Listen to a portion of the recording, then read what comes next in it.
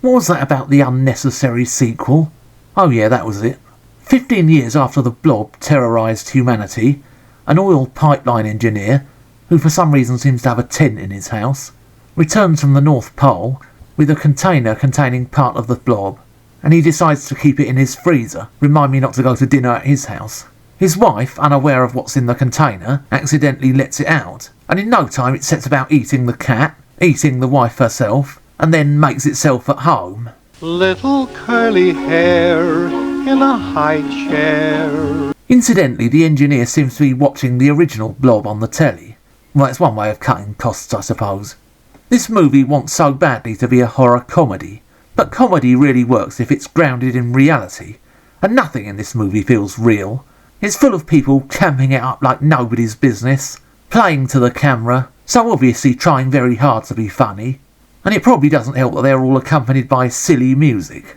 There are a couple of hippie types playing the guitar in a sewer. There's a barber who rants about how he sculpts hair just before the Blob comes out the sink, and I'm not even sure I want to know what's going on here. One man and his dog went to mow a meadow.